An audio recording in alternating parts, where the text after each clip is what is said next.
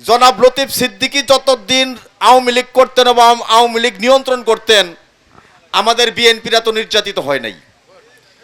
লতিফ সিদ্দিকীর পরে যার হাতে আওয়ামী লীগ গেছিল, তার দ্বারা শুধু বিএনপি না, লতিফ সিদ্দিকীর আওয়ামী লীগও নির্যাতিত হয়েছে, হয় নাই? এই আয়নাল গুন্ডা দ্বারা উপজেলার ভাইস চেয়ারম্যান তোতা ভাই ছিল, তাকে হামলা করা হয় নাই? আওয়ামী লীগের অনেক লোকজন এই সোহেল আজারির দ্বারা অত্যাচার নির্যাতিত হয়েছে নাগবাড়ির, হয় নাই? সুতরাং আজকে সোহেল আজারি নাই, আজকে আওয়ামী লীগের কি অবস্থা সবই জানেন। আপনারা বিগত দিনে লতিফ সিদ্দিক সাহেবকে ভোট দিতেন, ওই যে হাবিব ভাই বলে গেছেন, এলাকাগত কারণে একটা আঞ্চলিকতার বিষয়, একটা ইজম তৈরি হয়। আজকে যাকে নিয়ে আসছি, যে আপনাদের দুয়ারে আসছেন, আপনাদের কাছে আসছেন, সেও কিন্তু আপনাদের সন্তান। আমরা সারা জীবন কামলা দেই পূর্ব এলাকার সন্তানদের জন্য, পূর্ব এলাকায় সমস্ত কৃতি সন্তানের জন্ম। শাহজাহান সিরাজ বলেন, লতিফ সিদ্দিক বলেন, আবার যিনি আসছেন তিনিও বেনজির আহমেদ টিটু আপনাদের এলাকার সন্তান। কাজে এই এলাকায় দল মত দেখা যাবে না ভাই। এলাকায় উন্নয়ন হয় না, অনেক আবেগের কথা বলছেন, লতিফ সিদ্দিক সাহেবকে ভোট দিয়েছেন, তারপরেও কাঙ্ক্ষিত উন্নয়ন এলাকায় হয় নাই। আপনাদের আরেক সন্তান বেনজির আহমেদ টিটু ভাই। সুতরাং এই এলাকায় কোনো দলমতের দিকে না তাকাইয়া এলাকার সন্তান হিসাবে আগামী সংসদ নির্বাচনে জনাব বেনজির আহমেদ টিটু ভাইয়ের পাশে থাকবেন, তাকে ভোট দিবেন, তার পক্ষে ভোট আদায় করবেন। দেখেন উনি এই এলাকার উন্নয়ন কিভাবে করে। এখান থেকে 3-4 গ্রাম পরেই তো তার বাড়ি বর্গা, 3 গ্রাম 4 গ্রাম পরেই তো।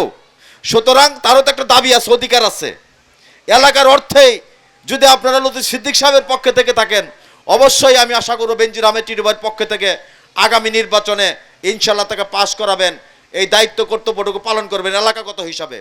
পরিশেষে বলতে চাই, এই নাগবাড়ি পার্কিতে কোনো দল নাই, নেতা মুদের টিটু ভাই, ধানের শীষে ভোট চাই, স্লোগান একটাই।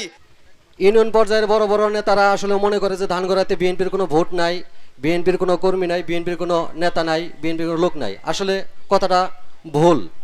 আসলে আমরা সেটাই প্রমাণ করতে চাই যে বিএনপিতে আসলে ধানগড়াতে বিএনপির কোনো জনবল আছে কি নাই, সেটা আমরা আগামী নির্বাচনে বেনজির আহমেদ টিটু ভাইয়ের হাত ধরে আমরা প্রমাণ করব যে বিএনপির লোক আছে না নাই। আমরা বিপুল ভোটে বিএনপিকে নাগবাড়ি এই ধানগড়া 6 নং ওয়ার্ড থেকে আমরা বিজয়ী করে আমরা ওনাকে দেখিয়ে দেব। কিন্তু বেনজির আহমেদ টিটু ভাইয়ের কাছে আমাদের আবদার, ধানগড়া একটু অবহেলিত গ্রাম, ধানগড়ার প্রতি একটু খেয়াল রাখবেন, একটু নজর রাখবেন।